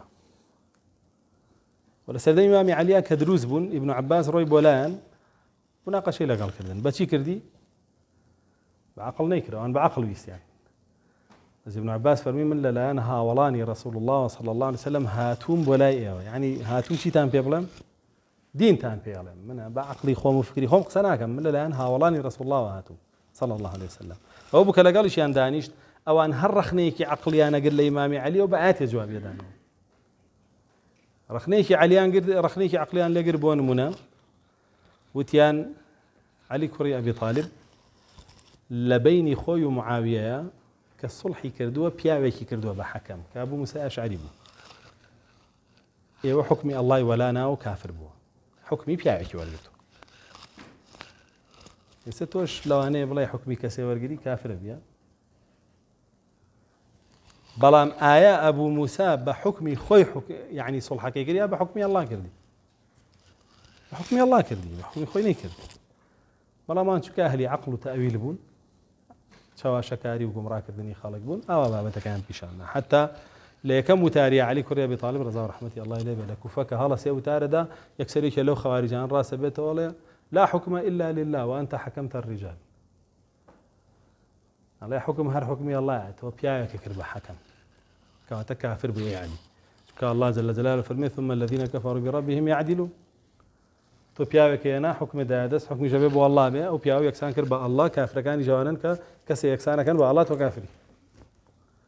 أي بعلي كل أبي طالب ده وبعدي رضا ورحمة الله إليه بفرمي كلمة حق أريد بها الباطل قصيك حقا بلا ما بس أجيبها طالع وأمانة زور جارة وريشكا ورباز يعني هو لباو بابيران يعني هو يعني قلتوه هو ابن عباس فرمي الله جل جلاله لخويني كرويش كيكا كقربيته كسل حالة إحرامه بيكوجه فرمي يحكم به ذوى عدل منكم پیاوێکی عادل لە خۆتان با حکم با خوێنی ئەو کەروێشکە بخەمڵێنێ با بڵێن گۆشتی ئەو کەروێشکە باژەڵێکی تر لە بریەوە ئەوە ببەخشێ بۆی تاوانی کوشتنی ئەو کەروێشکەی لەسەر لاچێکە لە ئیحراما کوشتێتی پیاوێکە کا بە حەکەم الله جل جلاله کا بە حەکەم وتی لە چیای کا پێیان یان لە خوێنی کەروێشکەکە تێتانەوێ علی لە خوێنی ئەو هەموو مسلمانەیە پیاوێکی عادل نەکا بە حەکەم کە الله جل جلاله فەرموویان پێکا لە خوێنی کەروێشکێکا بکەین بۆ خوێنی کەروێشکە گرنگە لاتان يا أخوان يا أمت وتي أنا وطها لسر ما الله شو يا أخوان ناقري كان رخنيه أبو قرتيان سير رخنا أبو ابن عباس هرسيكي بالقرآن جواب دانو دواتر لين شانزه هزار كس بون 12000 كس يعني ليان هالقرانو دواي نقلك كوتنو قرانو بلام شش يعني هرمانو لقال عقلك تاسر انجاب همش يعني تفرتونا بونو كجران باش ماوية وخوارجانا ابن سبأ وأوان بون كدسي شان هبو بولا كشتني إمامي عثمان أوانيج لولا وشي عان درست يعني بلقي عقلي خواني أم بيبوي سباس مانكر حتى كاتك علي سوتاني وتي من خوانين بعلي أنا وتو خواي تي أنا وبلقى دايني كتو خواي چونك بس خوا بآجر خلق عذابات توجي مو بآجر عذابك وتخواي عشان آجرك توقينا خوان الله أنا آجرك وكبوي كدبونه أبو شيوا يعني إنسان دواي عقل بكيو ودواي فكر بكيو رواتياتي أبو خوان دزيه ورايان كرهن ديك تريان تا دواتر بابلين سينسوي بقال كابرايكي مجوسي بو عندك قالن نصراني بو لا بصرة دسي كربا قصة كردن لمسألة قدرة وأويك اللي ورقرتو ناس راوبو بقدرو بقدري بريتي بو لا معبدي جهني طبعا مسألة قدري وكو شيء جامع جمان بيدا قرنقة چونك ابن عباس فرمي القدر نظام التوحيد قدر بابلين ريشكا والريساي توحيدا كتولا قدر عقيدة وبرباورتك شو يتلا توحيدي شاتك شي أصلا مشرك يكبتا بارستي باوري بتقديري الله ني ابوي بتا بارستي كقبرك بارستي وازاني وقبرات وين دسكاري قدري الله بك كبو ميدان ابوي بارستي اعتقادك ايوه كحكمي الله رتكاته وازاني حكمي بشريك تقديرك الله بوما غوري وباشتري بوي بۆیە ڕەتیەکاتەوە بۆی ئەمی لە قەدەر لە باوەڕ نەبوون بە قەدەرەوە سەرچاوی گرتووە زۆرێک لە شیرک و کوفرەکانی خەڵکی ئەوە بۆ ئەم کابرایە دروست بوو وتی شتێک نییە ناوی قەدەر بێ معبەدی جوهانی الله جل جلاله کاتێک بە شتەکان نەزانێ کە ڕووە دە شتێک نییە ناوی قەدەر بێ و ڕوو بدە یعنی تۆ ێستا لێرە دانیشتووی کە تۆ دانیشتی اینجا الله جل جلاله زانێ لێرە دانیشتووی نا ئاگای لە هیچی نییە پێشەوە ئاگای لە هیچ شتێکی نییە کە تۆ هەڵەسیە ڕۆی بۆ ئەوە ئەو ئاگای لێ نییە تا هەڵەسیە ڕۆی اینجا ئاگای لێ کە تۆ یەکی کوژی ئەو ئاگای لێوە نییە کوژی تا تۆی کوژی کە تۆ زینایەکەی ئاگای لێ نییە یەکەی تا زیناکەکەی بۆ وایوت ئەگەر بڵێ ئاگای لێیە خۆی نووسیوێتی لە سەرمانە و خەڵقی کردووە ئێمەش ئەنجامیە دەین ئەوە معنای ئەوەیە کە خوا زوڵمەکە بۆیە ماڵین خوا زوڵم ناکە فکرەکەیان وا سەرچاوی گرتووە الله جل جلاله زوڵم ناکە بۆیە قەدەر بوونی نییە ئەوە شتێکە عەقڵی ئینسانەکان خۆیان دروستیان کردووە هەستان لەو ڕوانگەیەوە نەفی قەدەریان کرد طبعا ئەم بابەتە ئەوان بە گومڕایی بەناوکەوتون ئیگنا علمی مسبقی الله جل جلاله بە بوونەوەران لە پەروەردگاریەتی الله لە ڕبوبیەتیەوە خۆگەر بێت و لێی دابماڵی تۆ لە پەروەردگاری دایەماڵی لە پەروەردگاری دایەماڵی ئەمە یەک دووش تەقدیری کردارەکانی تۆ کە الله جل جلاله تەقدیری کردووە بۆ چی بکەیت و چۆن بیکەیت و بۆشی خەلق کردووی کردارەکانێ ئەگەر دای بماڵی لە الله و کوای بڵێ خوایەکی تر هەیە لەسەر عەرز کە ئینسانەکە خۆیەتی خۆی کردارەکەی خۆی خەڵقەکە خۆی تەقدیریەکە و خۆی ئەنجامێدا بۆیە لێرەوە تووشی شیرکە بێت قەدەر نیظامی تەوحیدە ئەلێرەوە تووشی شیرکە بێت ئێمە وەکو ئەهلی سونەت و جەماعەت ڕوونەکە ئێمە ئەڵێین الله جل جلاله علمی پێشوەختەی هەبووە بە هەموو شتێک کە ڕووەدا لەسەر زەویە 50,000 ساڵ پێشەوەی بوونەوەران دروستکە هەر هەمووی لە لەوح المەحفوظا نووسیوە علمەکە هەر هەی بووە بەس نووسینەکەی 50,000 ساڵ پێش دروستکردنی بوونەوەران نووسیوەتی لە لەوح المەحفوظا ئەنجا دواتر ئەم شتانەی هەر هەمووی خەلق کردووە والله خلقكم وما تعملون الله جل جلاله ئێوەی خەلق کردووە و هەموو کردارەکان شتانی خەلق کردووە یعنی خودی خۆتان و شتەکان و کردارەکان و جوڵەکانی جەمیع الله جل جلاله خەلقی کردووە بەڵام ئەگەر دیقەت بن ئاەتەکان فەرمێ خەلقكم وما تعملون فەرمێ الله خەلقی کردوون و پێشتانەکە واڵێ الله جل جلاله نووسیویەتی لەسەرتان ناڵێ پێتانەکە تۆ لەسەرەوە سزا نادرێی کە لەسەر نووسراوە لەسەرەوە سزادرێی کە ئەیکەی بۆ یەکەیەتە سەر مەشیئەتە بێ دوو بەشەوە مەشیئەتی کەونی و مەشیئەتی شەرعی مەشیئەتی کەونی الله جل جلاله هەر بێتە بوون مردنە ژیانە نەخۆشیە فەقیریە دەوڵەمەندیە بەڵام مەشیئەتی شەرعی لە دەست وایە پێی وتووی قەتل مەکە ئەیکەی یان ئەیکەی لە دەست وایە باشە تۆ لەسەرەوە سزا نادرێی کە قەتڵەیە لەسەرەوە سزادرێی کە ئەیکەی تانێکی سزادرێ نادرێ تانێکی ئاثاری قەتڵ دەرەکەوێ دەرناکەوێت وەکە کردە ئەنجا سزادرێ واوە لە پەروەردگاریەتی الله جل جلاله کابێ علمی پێی هەبێ و کتابەتی کردبێ و خەلقی کردبێ ئەگەر ئەوانەی تیانە بێ وەکو وایە بڵێ پەروەردگار نییە ئەوانەی هەبێ ئەوە مواصفاتی خۆیەتی صفاتی خۆیەتی تایبەتمەندی الله جل جلاله قەدەریەکان وا تێگەشت بوون کە ئەگەردان بنێن بە قەدەرە ئەوە ئەبێ بڵێن خوا زوڵمەکە و هەموو شتەکان خوا پێمانەکە بۆیە هەستان نەفی قەدەریان کرد لە بەرامبەرەوانە جەبریەکان دروست بوون ئەوتیان ئەسڵەن الله جل جلاله خۆی هەموو شتێکمان پێکایە ماگامان لە هیچ نییە تەنانەت کە زیناژەکەین الله پێمانەکە جل جلاله نعوذ بالله کە کوفرەکەین الله جل جلاله پێمانەکە کە الله جل جلاله خۆی فەرمێ ولا يرضى لعباده الكفر ئەسڵەن هەموو دین بۆچی هاتووە بۆی تۆ کوفر نەکەی شرک نەکەی چۆن الله جل جلاله پێت ئەکا لە کاتێکا خۆی ئەڵێ مەیکە نابێ بیکەی وەیە جەبریەکانیش بە هەمان شێوە کافر و مشریک دەرچوون و ئاەتەش هەڕەت دەبەوانیش کە فەرمێ والله خەلقەکم وما تعملون نافەرمێ الله جل جلاله خەڵقی کردوون و خۆشی پێتانەکە خەڵقی کردوون و کردارەکانیشی خەلق کردوون جا بۆیە کردارەکانی عەبدەکان ئەدرێتە پاڵ الله جل جلاله وەکو ئەوەی کە ئەو خەلقی کردو ئەهلی سونە جەماعە واڵێن بەڵام وەکو کەسب وەکو ئەنجامدان ئەدرێتە پاڵ عەبدەکان قەدەریەکان وتیان وەکو کەسبیش و خەڵقیشی کێ یعبد خۆیەتی، جەبریەکان وتیان وەکو کەسبیش و وەکو خەڵقیشی ئەڵڵایە جەل جەلالوه. ئەهلی سونە وجەماعە وان ئەڵێن ئەم قاعیدەیە لە هەردووکیانیان جیا کاتەوە، ئەڵێن وەکو خەڵق ئەدرێتە پاڵ ئەڵڵا چونکە ئەو خالیقیە بۆ شتێکە، بەڵام وەکو کەسب ئەدرێتە پاڵ خۆمان کردارەکان، خۆمانی ئەنجامیە دەین. بۆ هەموو کەسێ کە ئێستا لە یا دانیشتووە لە ئێوە کەس پاڵی پێوە نەناوە بە زۆرێ نابێتی دانیشتانی بێت، کەس هەستەکە شتێک هەیە لەسەر ملیاوە گرتوێت ئەڵێ بە دانیشی نییە، بیەوێ بڕوا هەڵەسێن ڕوا، بیویستانەیە نە ئەهاو باشە، بیویستانەیە نە ئەهاو، من ئێستا بمەوێ قسە بکەم ئەیکەم، منەمەوێ بیکەم نایکەم. ئەوە بوو ئەم گروپەش پیا بوون. هەواڵی ئەم گروپە لە قەدەریەکان گەشت بە عەبدوڵای کوڕی عومەر، وەکو چۆن یەحیای کوڕی عەمەری گێڕێتەوە فەرمێ لەگەڵ ڕەفیقەکەمە ڕۆشتین بۆ حەج یا بۆ عەمرە، لەوێ گەشتین بە عەبدوڵای کوڕی عومەر، وتمان کۆمەڵێک کەس پیا بوون لای ئێمە، نوێژەکەن، زەکاتێن، قورئانە خوێنن، جیهادەکەن، دوای عیلمەکەون، بەڵام ئەڵێن قەدەر بوونی نییە. فەرمی عەبدوڵای کوڕی عومەر فەرمووی بڕۆ پێیان بڵێ من بەریم لەوانەوانیش بەریم لە من، ئەوان ئیمانیان نییە تا ئیمان بە قەدەر نێن. وەیە ئەبوو سەعیدی خودری،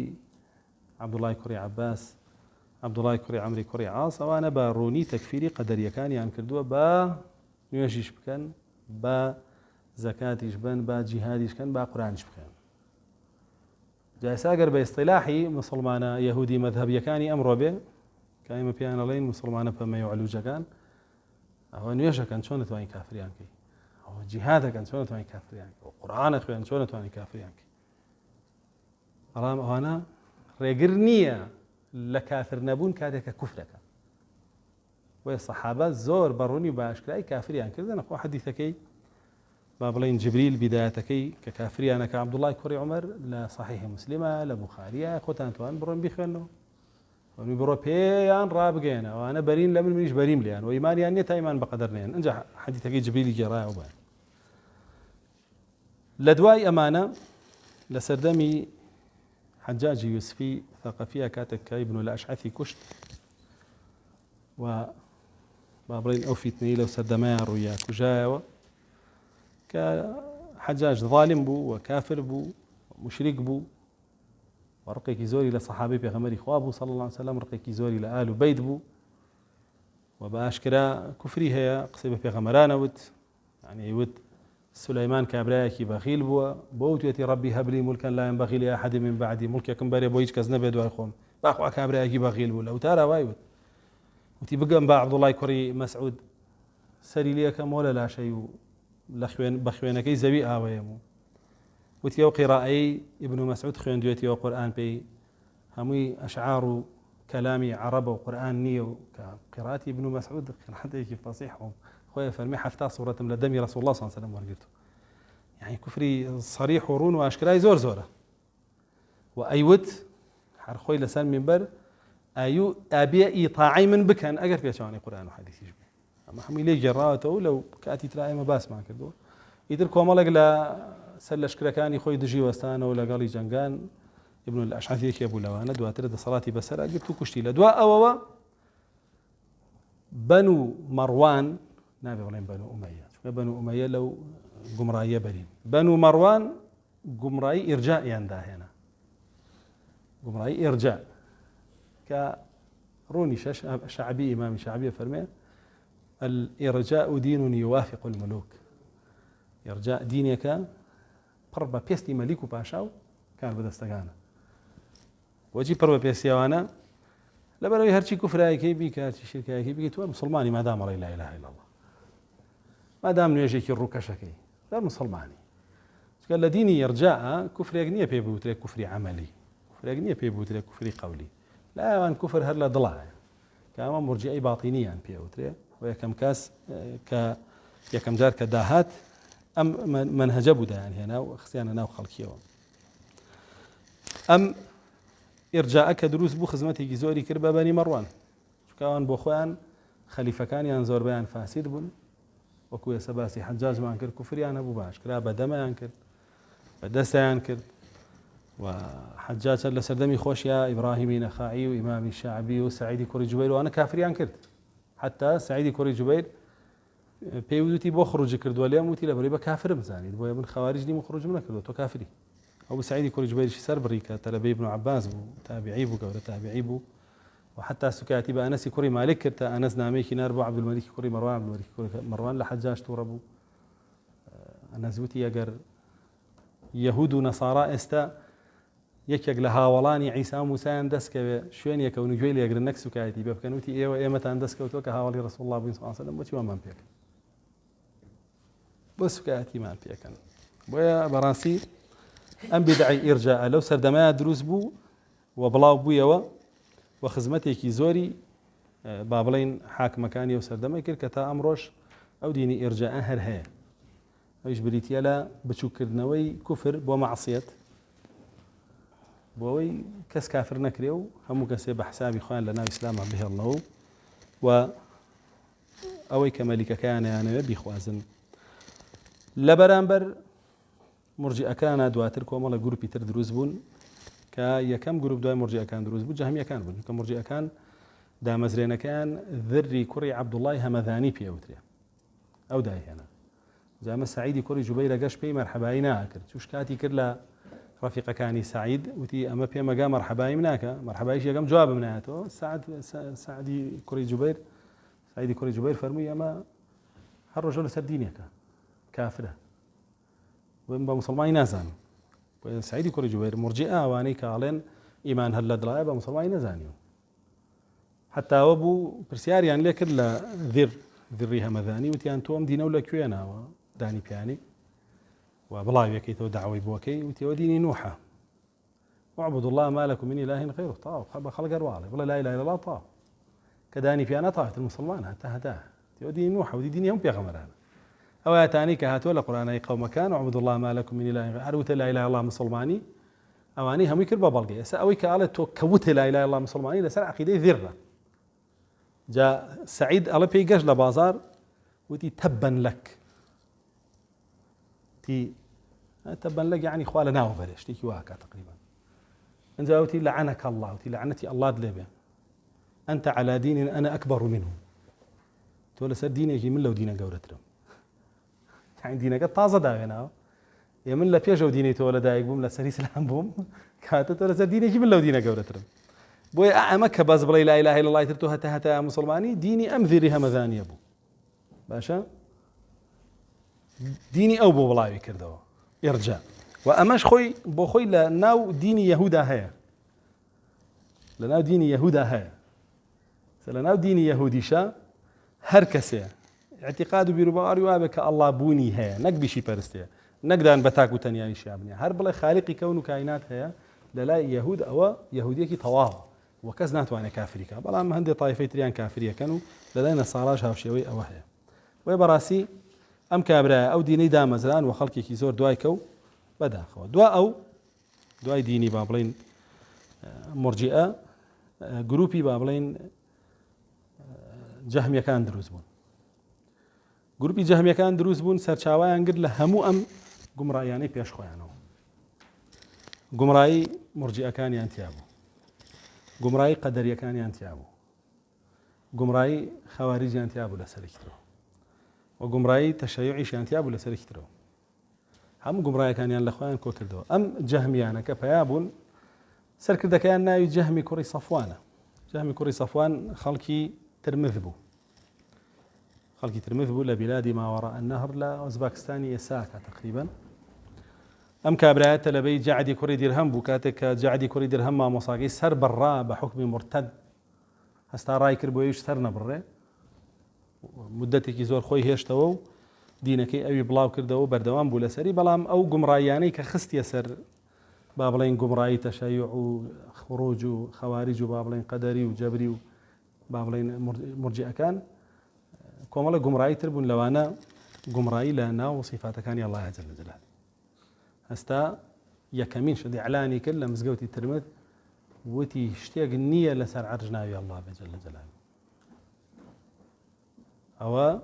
أصل أساسي نية الله جل جلاله لسر عرجني يكم قصة كردي أبو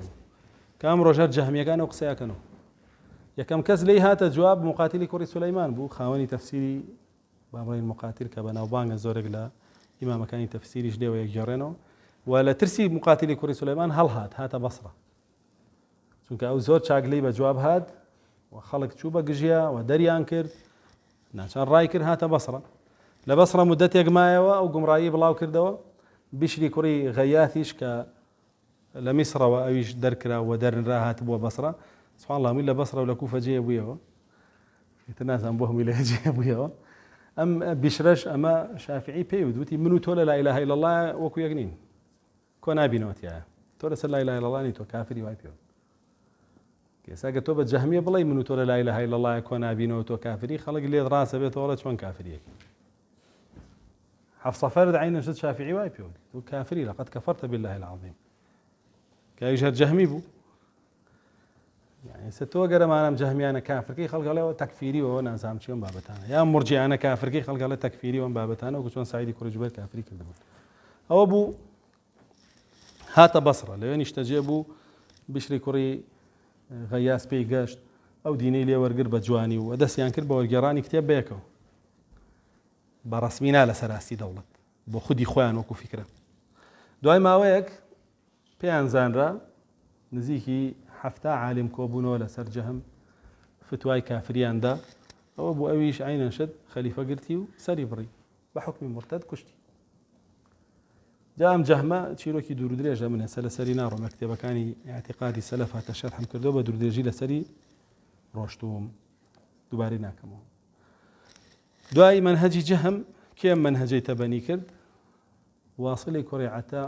و عەمری کوڕی عوبەید کەیتر لە دوای سەردەمیەمانەوە جەهمیەت بوو بە دینی دەوڵەت مەئمون هاتە سەر حکم ئەو منهجەی سەرخست پشتیوانی کرد واصلی کوڕی عەطا ئەڵێن گوێی گرتووە لە بیشری کوڕی غیاس و کە تەلەبەی جەهم بوو گوێی گرتووە لەو فیکرە و عەقیدە و بیر و باوەڕی لێ وەرگرتووە دوای مدەتێک لە فێربوون لە لای چووە کە ئەو سەربڕاوە خۆی پەناداوە لە مەجلیسی حەسەنی بەسڕیە دوای مدەتێک مناقەشەی کرد لەگەڵ حەسەنی بەسڕیە لە کۆمەڵی بابەتە لەوانە حکمی کەسێک کە گوناهی گەورەکە مرتەکیبی کەبیرە حکومەکەی چیەوە بوو ئەو بە مەنزیلە بەینە المەنزیلەتەینی وت لە دنیایە ئیگنا لە قیامەتە ئیخاتە جەهەنەم هەروەکو خەوارج بەڵام لە دنیایە وتی ناتوانی پێی بڵێ کافر ناتوانین پێی بڵێ موسڵمان پێی بڵێ ناموسڵمان لە قیامەتی شە بۆ هەتاهدای لە جەهەنەمە ئەو قسەی کرد ئەوە بوو حەسەنی بەسری فەرمووی نەخێر مرتەکیبی کەبیرە موسڵمانە بەڵام فیسقی هەیە منزیلە بینە منزیلەتەین ئەم قسەیە تۆ داتێناوە جێگایەک لە بینی هەردوو جێگاکە ئەمە بەسی کوفر و ئیمانە و ئەویش لە مەجلیسی حەسەنی بەسری هەستا ڕۆشت و حەسەنی بەسری فەرمووی اعتەزەلەنا واصل اعتیزالی کردین لەوە ناودان معتەزیلە اعتیزالی واصلیان کرد یعنی خۆیان دابڕان لە حەسەنی بەسری لەو پێیانوترا معتەزیلە ئیتر ئەمانیش بە هەمان شێوەی جەهمیەکان و گومڕایانیان هەمووی لە خۆیان کۆ کردەوە بەڵام جەهمیەکانیان وت ئەڵڵا جەل جەلالوهو لە ناوی هەیە نەصیفەت بەڵام معتەزیلەکانیان وت ناوی هەیە بە صیفەتی نییە ناوی هەیە وەکو ناو بە صیفەتی نییە قەدەغی صیفاتەکانیان نەکرد چکایان وت صیفات با بڵێن عەرەضە دواتر باسیەکەین جەوهەر و عەرەض چیە عەرەضیش پێویستی بە جەوهەرە ئەوەش لە مەخلوقا وایە نابێت لە ئەڵڵایەوە بە جەل جەلالوهو بۆیە قەدەغی صیفاتەکانیان کرد وەلەولاوە لە قەدەرە ئەوە قەدەری بوون لە ئیمانە با بڵێن مرجئی خەواریج بوون لە مەسئلەی ئیمانە خەواریج بوون بەڵام دیەک تۆز لە دنیایە لە ئەحکامی دنیایە خەفیفتر بوون ئیگنە لە زۆربەی گومڕایەکانی ترا وەکو ئەوان بوون عەقڵیشیان پێشی نەقڵە خست ئەم معتەزیلانە 5 ئەسڵیان دانا و ئەو 5 ئەسڵە بوو بە دین و دواتر بوو بە دینی دەوڵەتیش مەئمون بڵێن خەڵکی بۆ بانگە کرد و خەڵکی لەسەر جێگیرە کرد وەر کەسێ موافقی نەکردە لە ناویە برد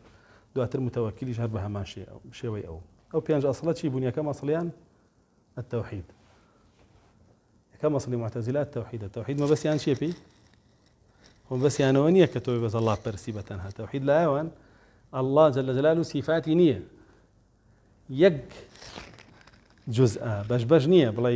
یەدی هەیە بڵێ ڕەجلی هەیە بڵێ وەجهی هەیە بڵێ ئیستیوای کردووە لەسەر عەرش صیفاتی نییە کە تۆ صیفات بۆ دانا موشریکی ئەوە تەوحیدە لایەوە باشە ئەسڵی دووەمیان عەدل چییە عەدل مەبەستیەوە نییە دادپەروەری بەرقەرار بێ لە ناو خەڵکەوەمانە خەڵکیان وا تێگەیانوە بەڵام کە تۆ ڕێی سەیری سەرچاوەکانێکی عەدل لایەوان ئەڵڵا عەدلە قەدەر بوونی نییە ئەو عەدلە لای ئەوان قەدەر ئەگەر بوونی هەبێ ئەوە تۆ وەڵێ ئەڵڵا عەدل نییە وێسەش کە هەندێک داعیە بینی ئەڵێ ئەڵڵا لە دنیای عەدل نییە و عەدلی لە قیامەتە ئەو قسەی ڕێک معتەزیلەکانە ئەلەوە ئینکاری قەدەرەکان ئەڵڵا هیچ نازانێ ئەو شتانە کە ڕوایە ئاگای لێ نییە ئەوە قسەی ئەوانە ئەوانیش لە قەدەریەکانیان وەرگرتووە ئەسڵی سێمیان بریتی بوو لە مەنزیلە بەینە المەنزیلەتەین کە ئەوە مەسئەلەی ئەسما و ئەحکامە حاڵی ئینسانی مسلمان کاتێک تاوانی گەورەکە کەوێتە چ حاڵێکەوە لە نێوان هەردوو بەرەکەیە نە کافرە نە مسلمانە پێڵی نامسلمان بەڵام لە قیامەتە لە جەهەنەمە ئەوە ئەسڵی سێمیان بوو توحيد عدل منزلة بين المنزلتين إنفاذ الوعيد أو أصلي شوارم يعني إنفاذ الوعيد يعني الله جل جلاله أو سزا يعني برياري دا ولا سر خلق جبجيك بويا أهل كبائر لروج قيامة أبوها تهتها جهنم إنفاذ الوعيد هو أصلي شوارم يعني جبجي كردني سزا كان وأصلي بينجمشيان بريتيب ولا أمر بمعروف نهي لمنكر يعني استغلي أمر بمعروف نهي لمنكر شتيكي باش وشعاري مسلمانان بس دائما معتزلة كان بو معنى أنا بو كيما القرآن والسنة ليتي قشتين لای ئەوان بانگەوازکردن بۆ ئەو چوار ڕوکنە ئەمر بە معروف بوو باشە دژایەتیکردنی ئەهلی سونەت و جەماعەت لەو چوار ڕوکنەی خۆیانە ئەو نەهی لە منکەر بوو ئەوە ئەسڵی ئەمر و معروف نەهی لە منکەرەکەشیانە بۆیە کە ئەوە بە ڕووکەش سەیری قسەکانیانەکەی زۆر شەرعیە بەڵام کاچیتە ناو ڕۆکی و تەطبیقیەوە هەمووی کوفر و شیرکە و دژایەتیکردنی دینە معتەزیلان پێنج ئەسڵیاندا مەزران و وەلە ناو خۆشیان هەبوون بە دوو بەشەوە دواتر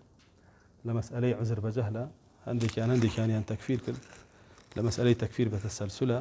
هەندێکیان تەکفیر کرد معتەزیلەی بەغداد و معتەزیلەی بەسڕا چون بە گژیەکە لە دوای معتەزیلەکان ئەنجا کولابیەکان دامەزران هەندێک لە زانایانە فەرموون تا پێش دامەزراندنی کولابیەکان کە محەممەدی کوڕی سەعیدی کولاب دامەزراندن کە خۆی نەسڕانی بوو گاور بوو وتیان هەر نەهاتۆتە ناوی ئیسلامیش ئەو هاتنەشی بۆ تێکدانی دین بۆ زۆرێک لە زانایان وە فەرموون لذم الكلام إمامي هرايوها فرمي أصلا رجل رجال مسلمان نبوة تامر دو شهر بنصراني بردو قصي هندق الإمام كان نقلك كوالي أما هات تا أو دقا دو برهبو بريق أهل سنة جماعة يعني الله ناو صفاتي هي جل جلاله بوشيويك أخوي برياريا ولا قرآن السنة بريق جهمية واعتزال أو جماعة كان الله جل جلاله صفاتي نيه وداني بيانا الكاريك أم محمد كوري السعيدي كلها بهات جمعي كله بين يردك أنا الله حوز صفاتي زقل ناوك أنا صفات عنينا ونا صفات عقلية كان ناوينا صفات عقلية كان جيجيري كردن خلقي بولا بانكر خلقي كي زوريش لهر دولا دوايكو ويوبو منهج اعتزال زعيف دواي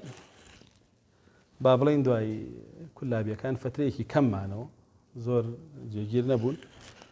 أشاعرة كان دروز بون وما تريد كان دروز بون أوانيش بهمان رشخيوان أوانيش دان با ناوكاني الله يعنين تو ناتواني بلي دان بناوي الله يعنين بلام دان بصفة كان هموين عنين بس دان بصفة عقلية كان عنين لا إخوان كاود واتر بدوزجي لسبي أوين أما بابلين أو مراحلان أبو كعلمي كلام بياتي بربو ليكم روجو كترجمة دسي بيكر هتامر وهتا يستشهر هي وبداخة وكراوة بعلم خلقش لسري أروى جاء منهجي أمانة شيء منهجي هلي كلام شيء هرش تيقل قرآن وسنة لقلبنا مع عقلية كان يعني يكي أن قرتوا وكو خوي وريقرن يكي أن نقرتوا لدور رقان زياترنية لبرانبريا ياخذ واتاكي أقورن ياخذ تضعيف يكنو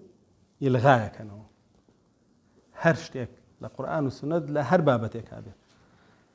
أجر يق نقريته ولا قال عقلي خويانا ولا قلبنا مع عقلي كان خويانا كدان رشتوا ياخذ واتاكي أقورن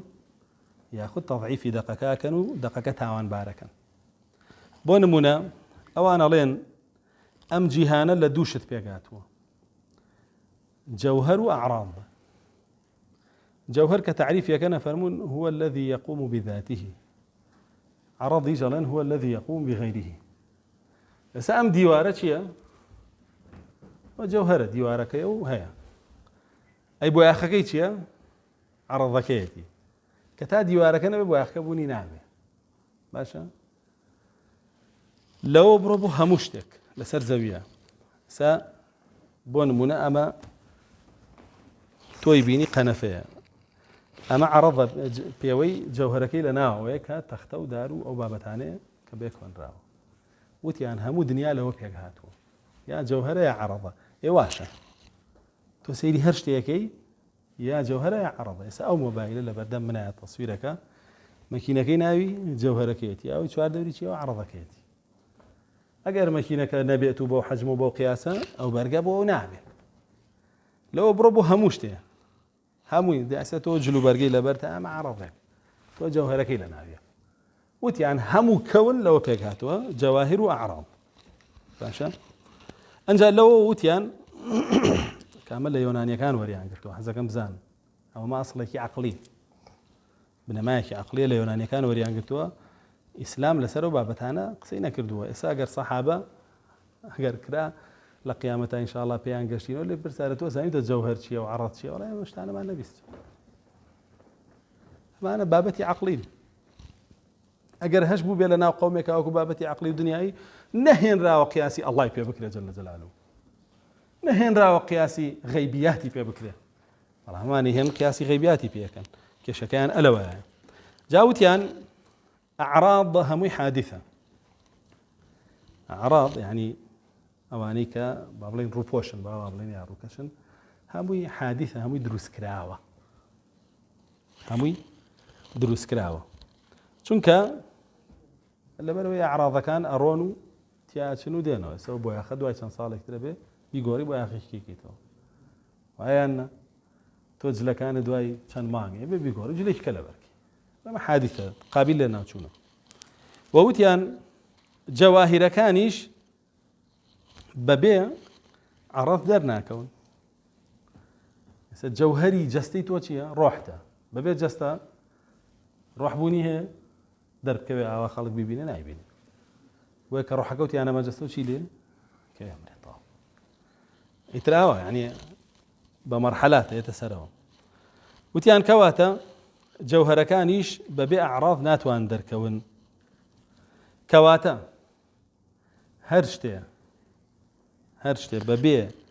عەرەض دەرنەکەوێ ئەوە بەدیهێنراوە حادث لایەوان یعنی بەدیهێنراوە و هەر شتێکیش بەهۆی عەرەضەوە دەربکەوێ ئەوە دیسان هەر بەدیهێنراوە باشە ئێستا تۆ کە ئەلەویایایی ئەگەر حرەکە بکەی جوڵە بکەی ئەوە چییە لە تۆیە ئەو جوڵەی کە تۆیکەی ئەو عەرەضێکە لە تۆیە بەدیهێنراوە باشە لەمەوە قیاسیان کردە سەر ئەڵڵا جەل جەلالوه یان ئەگەر بڵێن ئەڵڵا جەل جەلالوه حرەکەی هەیە ئەوە چییە یەکی حرەکەکەی بۆ بەدیهێنابێ تۆ حرەکە نییە حرەکەی تۆ کێ بەدیهێناوە ئەڵڵا جەل جەلالوه وایانە یان ئەگەر ئەڵڵا جەل جەلالوه بڵێن حرەکەی هەبووە چووەتە ئیستیوای کردوتە سەر عەرش ئەوە وەکو وایە بڵێن حرەکەی کردو یەکی حرەکەی بۆ بەدیهێناوە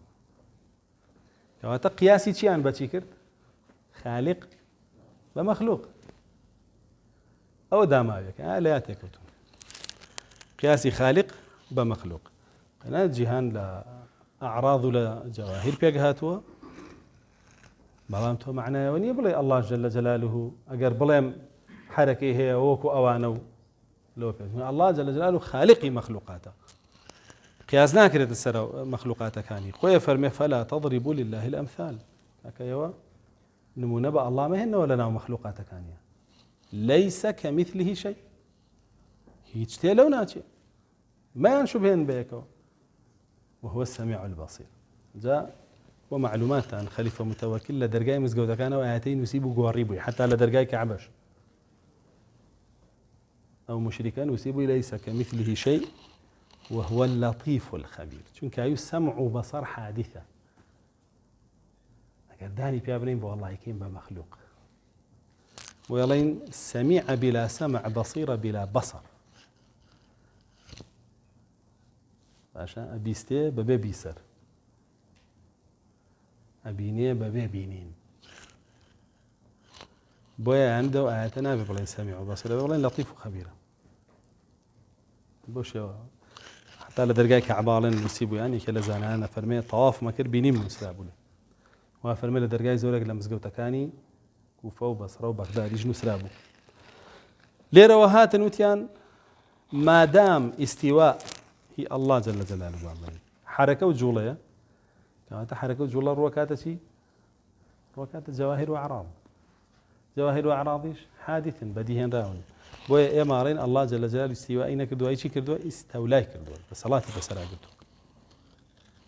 وەکو چۆن یەهود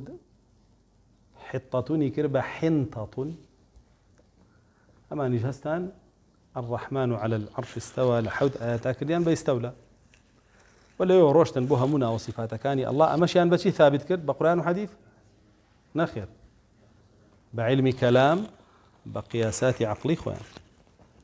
لو روشتن بوها مو صفات كاني تري الله جل جلاله يعني قبلين وجهي هي أو وقتها بعرض بجوهر به لو أي شيء قد غكر كان قبلين يدي هي أهدمي في خلق كردوها وكل قرآن فرمي بل يداه مبسوطان فرمي خلقت بيدي أو ديس أنا قبلين يدي هي وحركي بيك قبلين حوادث روي كردوتا الله كحوادث جرويتي كرو مخلوقة بو يعلين يدي نية هم بس بي رزقه أي رزق مخلوق نية رزقش مخلوقة واه قلت والله يدي رزقه رزقش مخلوقة وهرتو مخلوقة باشا بويا هستان أو صفات أنا هم قد أنكر كبيان وتري صفات خبرية كان للقرآن والسنة وبأو علم لبري تأويل تريان جيجير كده لبيوا روشتن بو قرآنش يعني كلام لإنسان كان حادثا ويناكن جاء الله جل جلاله كلامي هبوه ويهستان وتيان الله جل جلاله وقال كلامي شي هبو بنفسية لنا وخوياتنا هاتو تدرو أو يكلا قرآنات ويبيني مصحفك أو تالية أو عبارة لكلامي الله إقنا كلامي الله خويني كلها بيكان لنا حكايات لكلامي الله شاعر ما تريد لنا عبارة لكلامي الله إقنا لأساسا وشيء لا أوان حبر ورقيا فأشاء الله نيبوس يعني في أخرى وأيام في الله وتأويلات عقليان هي ألين دروسة بعبارة لكلامي الله سبحانه بخوي چونك هر أو أقريته أو خسجكن بلان بيجوان جهمية كان يانوتشي عند هر مخلوق قرآن أمان لين كلامك هي بس نهات وتدلو لنا الله عز وجل أي شون قشتوا بيمالن بيان ري شون قشتوا بيما قال الله جل جلاله لنا جبريل خلقي كدو بيجيني بيما عندك أنوارن عندك كان لين مخلوق يكي خلق كدو بجبريل يبلا عندك كان أوالن بويا لين كلامي الله بحرف وصوت بونينية حتى ولا جوهرة التوحيد لقاني داني فيانا هرسنا وسيش كشرحي هي لسرو بابتاني علمي كلام كارخو أشعرية داني فياني عليه إيما أم بابتا بو عوام باز ناكين بس دانا أخو مانات طلاب علم كلام أنا ببيزان كقرآن بحرف وصوت كلامي الله نية بلكو كلامك نفسي الله لنا أخواتي استدلالك بدير شعري أخطب كشاعرك نصرانية كاتك كتو حديثي صحيح يعني بويني تو استدلالي بيناك دير شعري قاوري استدلالي بيناك كان ببلغ أبو خوان بلام كاتك تو حديثي صحيح يعني بويني تو باوري بيناك أيش تأويلك كتو لي الله جل جلاله فرمي رسول الله صلى الله عليه وسلم فرمي من قرأ حرفا من كلام الله لروايته هاتوا ياخذ فرمي أعوذ بكلمات الله التامات وان دان بوانا نانا كتشيرون ولا دير شعري أخطلي نصراني دان بوا يعني ليروا هستان عقليان في أشخاص بسر نقل وهتا يسجوا عبارة بنا وبانغان الله ويكاتك كتو باسي هر صفتك الله كي جل جلاله رازي خوي لكتابي أساس التقديس كأم أشعريانيك يشاني خوشيان جاهل بكتبك يعني خوان دخل هنا وكو إجراءات يقل برانبر نصيك شرعية كي يتبردمه إيكي لو خالانا على هر دقيقة هات بردمه لقرآن ولا حديث أجر صحيح بو أجر ضعيف ولا تورتي كرو أجر مجال هبو تضعيفك أجر صحيح يجبو أجر آيات يجبو تو تأويلك عقلي بوبدو زرو دان من بروك شكيا کاڵە دانان بەڕووکەشەکەی کافرە بێ کە سەحابامی دانی ناوە بەڕووکەشیا و وەریشی گرتو بەڵام ئەم بەداخەوە ئاواڵێ واوە لە ناو کتێبەکانیانە بە جوانی هەیە کۆمەڵێک بنەمایان دانا بۆ خۆیان ناویان ناقەتقیات و لەسەری ڕۆشتن و هەر کەسێ مخالفەی بکردایە تەسفیهیانە کردو بە گومڕایانە زانی ئەمە بەشێک بوو لەو شێواز و چۆنێتی دروستبوونی ئەهلی کەلامە ئینشاءالله مەسئلەی عەقڵ پێشخستنی بەسەر نەقڵا و چۆنیەتەکەی لە دەرسێکی ترا ئینشاءالله باسیەکەین والحەمدولله رب العالمین